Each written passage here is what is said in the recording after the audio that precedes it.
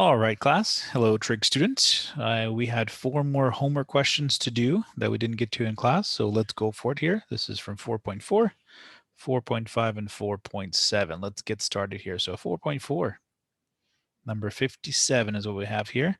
Here's our function, and what I like to do is I like to write the function first with all its multipliers and additions and everything else here inside the parenthesis, and then let's do the little last one over there. In fact, that little one, that little +1, is actually the vertical shift. All right, just a few things here before we get started. Is cosecant. I'm going to graph this function. So what I'm really going to do is I'm going to graph the sine function first because it's the reciprocal of sine. And then I'm going to move it by the phase shift and the vertical shift. But first things first is this little piece right here. That's going to be a vertical shift at the end. So let's label these guys here. So A is going to be that -1/2 right there. The B value is what's multiplying X. In this case, it's pi right there, pi times X. Pi is the B value. The C value is what's adding to X. So there's a pi/4 that's been added to X. That's the C value. And the D value, there it is. Okay, so with that said, I kind of went the other way here. Even though this is, I did the vertical shift real quickly here. So that little guy is 1 right there. We know the cosecant is a reciprocal of sine, so we're going to be graphing sine curve. That's what we want to do first place. And then let's go for it. So amplitude. Amplitude is going to be the absolute value of that A value right there. So absolute value of A just makes it a positive, or absolute value of -1/2, which means it's a positive 1/2. So that's perfect. That's that one.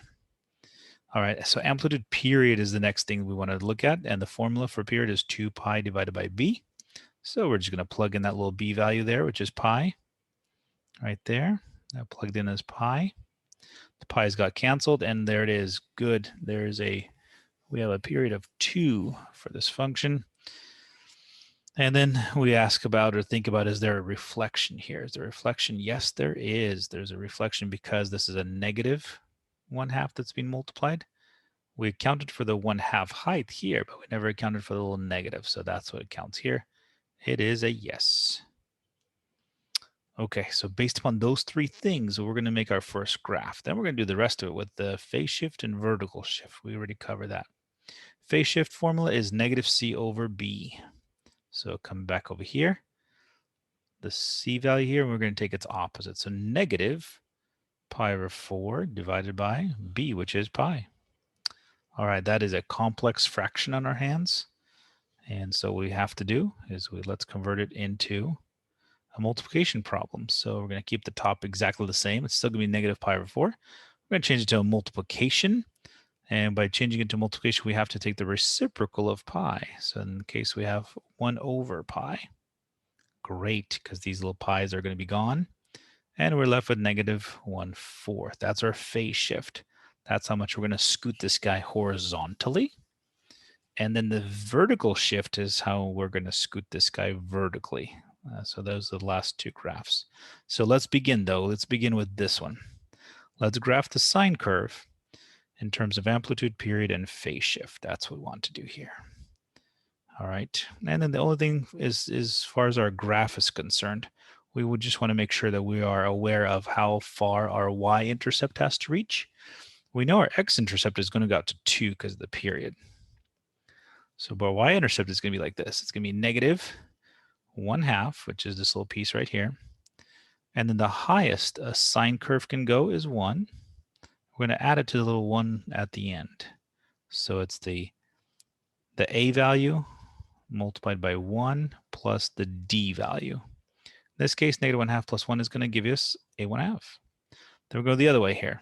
The lowest sign can go as a -1. So -1/2 times -1 is a positive 1/2. Positive 1/2 plus 1 makes 1 1/2. So when we're going to be graphing this final set, we just have to be mindful of that we have enough y interval to be able to do that, and also do it in somewhat detail as well. Okay, let's start. So it's this little piece here. So we're going to graphing the sine curve. Sine curve goes, let's set up our x-axis here. So our period is 2. I'm going to cut that in half. And then I'm going to put that over here. And I'm filling in here. Hopefully this will all make a little sense here as we do it here. Don't mind me, I'm just kind of filling in really quick here. A few things here. I probably would do this here. I'd probably start off with a 2. Then I would cut it in half, get a 1. And then I would cut that in half and get a 1/2 right there. And then I would say, okay, that's a half, that's 1, that's going to be 3 halves, or 1 1/2 right here. Okay, so the sine curve. Let's talk about the sine curve. Sine curve, we're going to graph a sine curve that is reflected, has an amplitude of 1/2, and has a period of 2. So here it is. I already put the little dot at 0, 0. And those little hash marks are going to come with me. They're going to come like this. We should be hitting a negative 1/2 right here because it's an upside down sine curve. All right, now we go up. We hit the 0 at 1. We go up to 1/2. Again, another little dot right there. And we come back to 0 at 2. Perfect. Okay, there's my sine curve. So here's what we're going to do. Based upon the sine curve, we're going to, anytime you have a 0, those are going to be our asymptotes for our cosecant function. So at 2, notice there's a 0 at 2 right here. And we're going to graph the cosecant function here. It's going to go like this. Just so we are mindful that the graph's going to touch. I should have made them touch more explicitly right here. So 3 halves and 1/2. That should have been touching. Here's what we're trying to get to. We're trying to get this cosecant function right here. So they're going to touch at its maximum, except it bends the other way.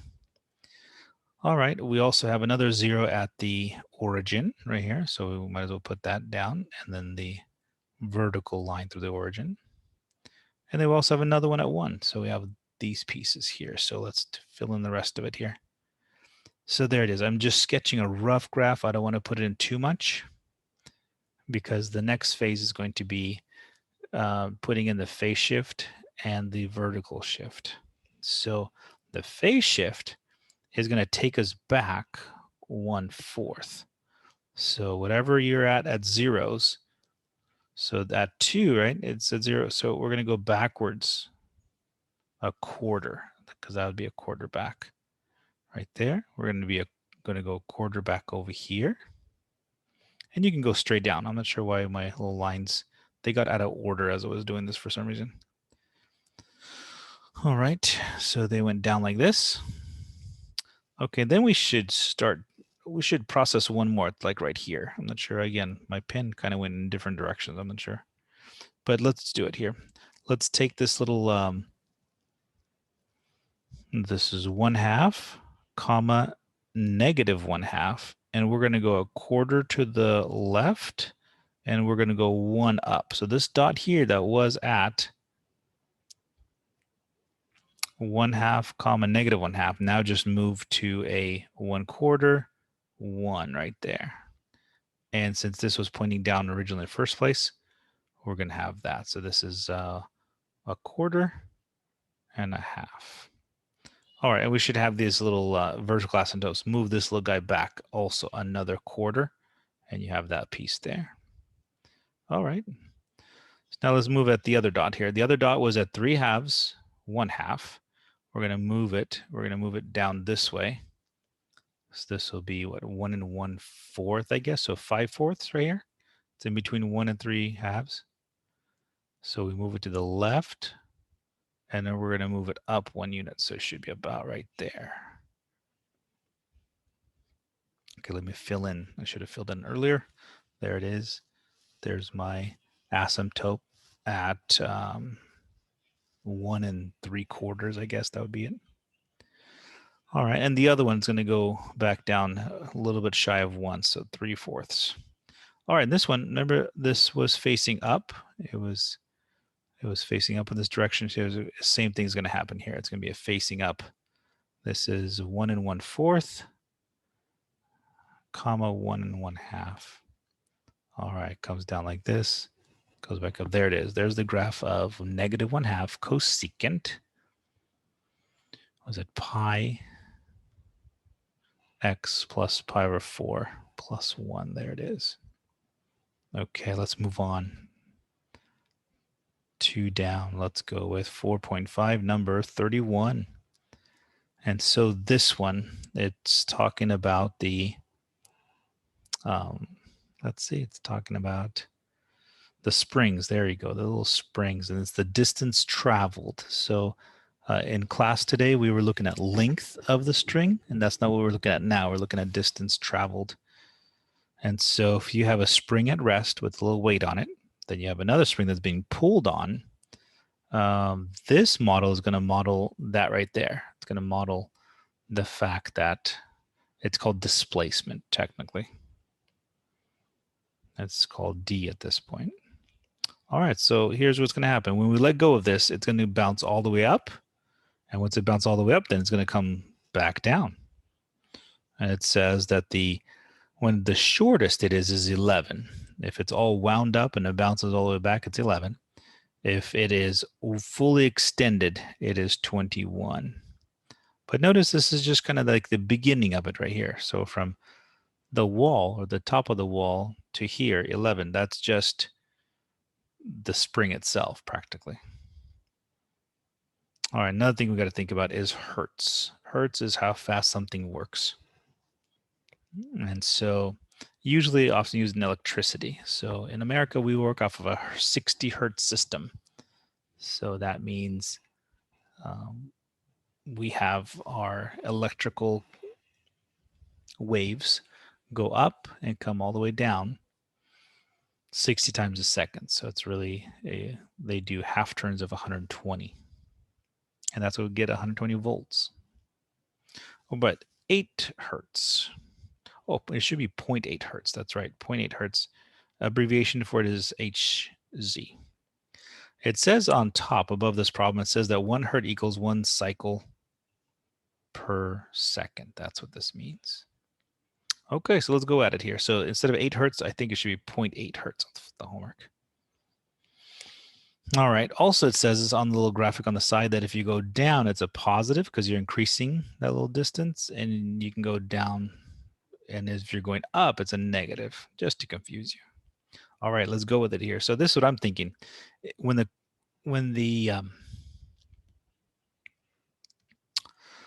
it's coiled up completely, it still is 11 away from the top of the graph. So that means if you go 21 minus 11, that's 10. That means we have 10 every single direction. So that means in order to fill out a negative direction, a positive direction, we have to put a -5 and a +5 to get up to 21 eventually. Okay, so here it is. And then also above this problem, it actually also gives you a formula for period based upon frequency. So this is right here, based upon frequency. We have to solve for the period. And once we solve for the period, then we can solve for, in this case, omega, because omega is kind of replacing our B value. All right, let's go with it here. So it says in the homework that 0.8 is the hertz value of frequency, 1 over period. Let's cross multiply these guys here. We'll multiply both sides by period, divide by 0.8, and we get ourselves period is equal to 1 over 0.8. Well, that's no fun. We don't like fractions with decimals inside them. So what do? We are going to rationalize our denominators, and we are going to make sure that the denominator is a whole number. So in this case, it looks like it just needs to be moved once, right? 1 decimal place. It needs to be moved. So let's multiply top and bottom by 10. That'll be easy enough. 1 times 10 is 10. And 0.8 times 10 would just be 8. Notice there's no decimals anymore. Let's go for it. 10 eighths. What can I reduce with 10 eighths? Okay, 2 would be good. So half of 10 is 5. Half of 8 is 4. There it is. There's my period. That's how long it takes. All right, so then what we have to do is we have to go and plug that into the formula for period of whichever function we want. And then omega is what we're trying to get to right here eventually. We know the period, though, is 5/4 from the previous slide. And now this is 2 pi over omega. So the job here is to figure out what omega is. Once we know it, we'll put it back into our equation. So You can cross multiply. That's fine too. 5 times W, or 5 times omega, I should say. On the other side is 4 times 2 pi is 8 pi. Divide by 5, and voila. I get myself omega is equal to 8 pi over 5.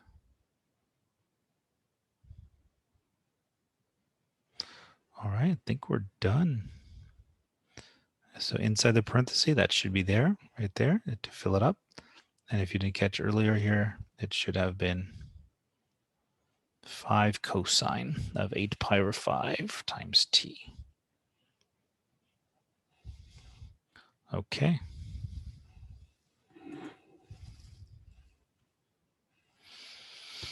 All right, we have 4.5, number 35. This one has to deal with volcanoes. Oh, sorry, tornadoes. Tornadoes. Okay, and then if you look at the back of the book, it actually says answers may vary. That's even worse, right? Because they're like, okay, how do you even do this here? So I figured let's do this together here. All right, so normally when we see something oscillating, which means going down, coming back up, and we are assuming it's going to go down again. All right, first things first is we're going to look for a low point and we're going to look for a high point. That's going to be our range for a trig function. So it looks like the low point here, based upon this dot here, if this is 1985, that's 86, 87, 652. Our highest point is going to be way up here. And now it looks like it's just shy of 1300 or almost right at 1300. It is. There it is in 1992. There was a total of what? Almost 1300 tornadoes. And yes, just like earthquakes, they happen a lot. It's just that we notice the big ones only. So here's what I'm going to do. I'm going to subtract the small from the big, and that's going to give me my range. So 1297 minus 656. 1, 4, and 6. Perfect. Okay, so that means my range from highest to lowest is 650. Now what I want to do is I want to get the little middle here. So if I take 641 divided by 2, that will give me my little range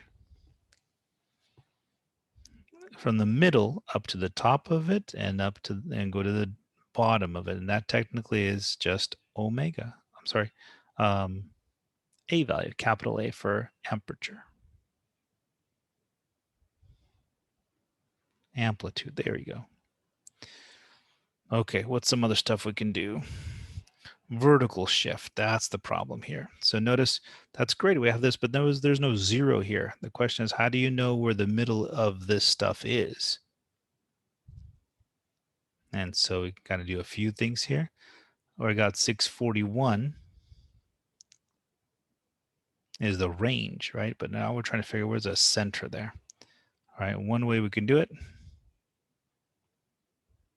is do you take the minimum value we know? Minimum value is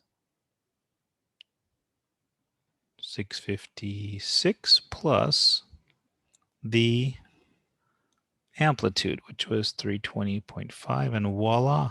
What we get is we get the exact middle number. So 976.5 is the exact middle. If you go up, you reach 1297. If you go down, you reach 656. Okay, so we have our A value, we have our D value. Just trying to figure out our B value and our C value if need be here. And so notice it is an upside down sine curve. It goes down, then comes back up. And so we assume that negative 320.5. And then we also have that little vertical shifting of 976.4. We're trying to figure out this. We're trying to figure out our period.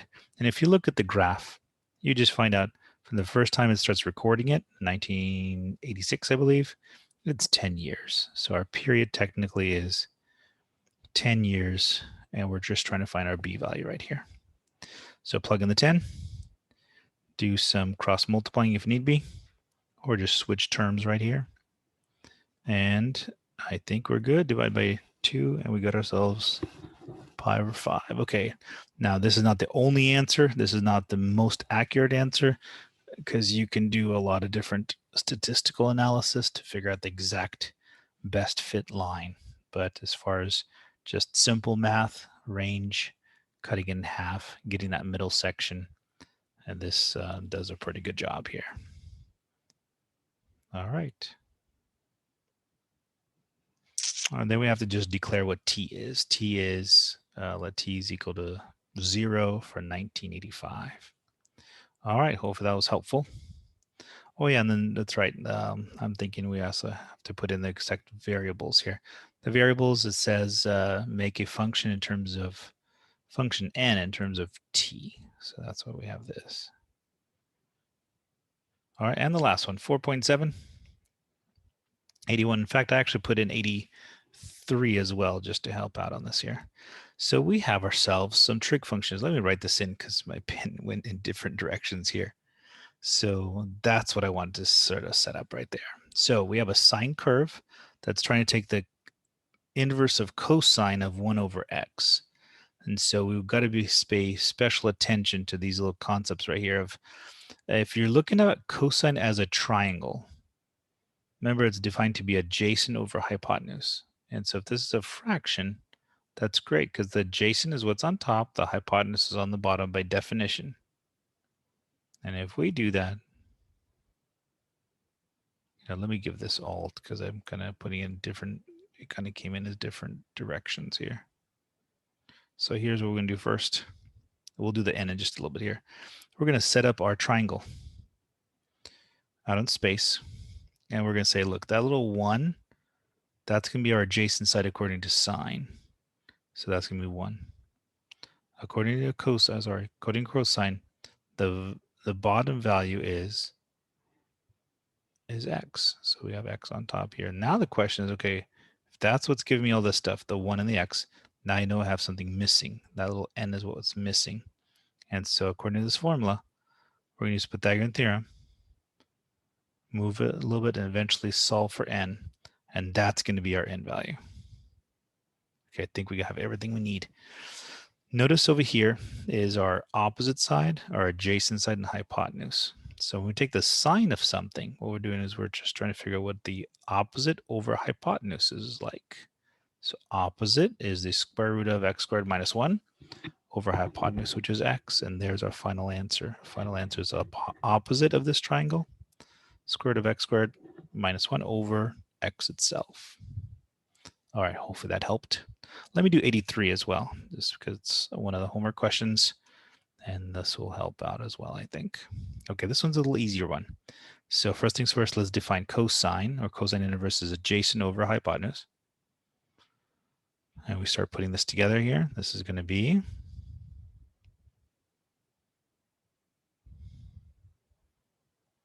adjacent over hypotenuse, so 1 over x. And again, we're missing this little middle section, but notice when I start defining what secant is, it's hypotenuse over adjacent. Notice we already have everything we need. We have the adjacent over hypotenuse from the cosine, and we need the hypotenuse over adjacent for secant. So this is actually easy. We don't need to solve for the extra n value or the opposite side. We just say it's x over 1. Technically, it's hypotenuse over adjacent x over 1. But eventually just x. Okay, so hopefully this was useful to you, and I will see you later.